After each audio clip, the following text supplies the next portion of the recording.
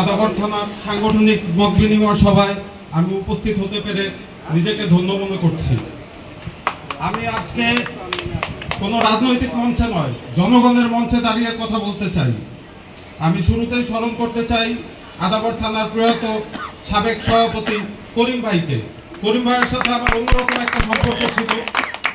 আমি পূর্বেও আপনাদের আদাবরে এসেছি, মত বিনিময় সভা করেছি। আমি আজকে করিম ভাই আমাদের মাঝে নাই।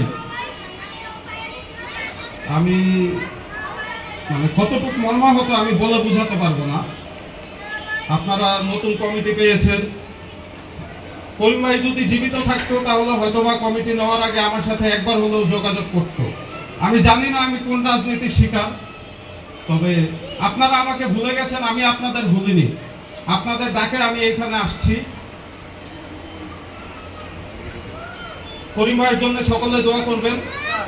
আমি আপনাদের কাছে একটা অনুরোধ করতে চাই, তার পরিবারটা অসহায়, তার পরিবারের পাশে আপনারা দাঁড়ানোর চেষ্টা করবেন সকলে, যেভাবে সম্ভব তার পরিবারের পাশে আপনারা দাঁড়ানোর চেষ্টা করবেন। আমার কাছে অনেকে ফোন দিয়ে বলছে যে ত্যাগীদের মূল্যায়ন করা হচ্ছে না। নবনির্বাচিত সভাপতি এবং সাধারণ সম্পাদক দুইজনকে আমি বিনীতভাবে বলতে চাই, ত্যাগীদের যেন শতভাগ মূল্যায়ন করা হয়।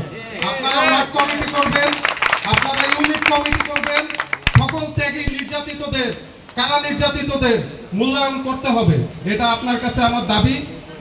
আমার আসলে কথা বলার মতো ভাষা নাই, আমি খুবই মর্মাহত। অন্য একদিন আপনাদের সাথে কথা বলবো ইনশাল্লাহ। আদাবর থানার সকলকে ধন্যবাদ। বাংলাদেশ জিন্দাবাদ, বাংলাদেশ জাতীয়তাবাদী মোটর চালক দল জিন্দাবাদ, বাংলাদেশ জাতীয়তাবাদী দল জিন্দাবাদ। শহীদ প্রেসিডেন্ট জিয়াউর রহমান অমর হোক। দেশনেত্রী বেগম খালেদা জিয়ার সুস্থতা ও দীর্ঘায়ু কামনা করছি।